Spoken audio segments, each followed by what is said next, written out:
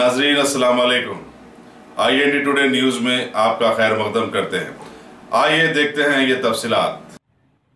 हज साल सीजन 2019 के लिए दरखास्तों की अजराई से मुतालिक बाज़ अखबार इत्तलात पर तबसरा करते हुए एग्जीक्यूटिव ऑफिसर तेलंगाना हज कमेटी डॉक्टर एस शुक्र ने कहा कि मरकजी हज कमेटी की तरफ से उन्हें सरकारी तौर पर इसकी कोई इत्तला नहीं मिली है। बाज़ अखबारात में शाया हुआ कि 18 अक्टूबर से फॉर्म्स की अजराई अमल में लाई जाएगी।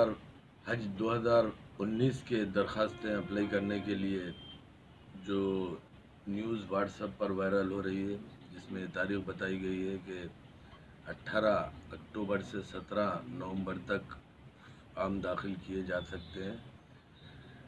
अभी तक तेलंगाना स्टेट हज कमेटी को सेंट्रल हज कमेटी ऑफ इंडिया की जानिब से कोई ऐसा सर्कुलर नहीं आया जिसमें फॉर्म अप्लाई करने की डेट बताई गई। मैं बम्बई सेंट्रल हज कमेटी ऑफ इंडिया के CEO को मैंने कांटेक्ट किया तो ख़तई तारीख़ का अभी उन्होंने ऐलान नहीं किया।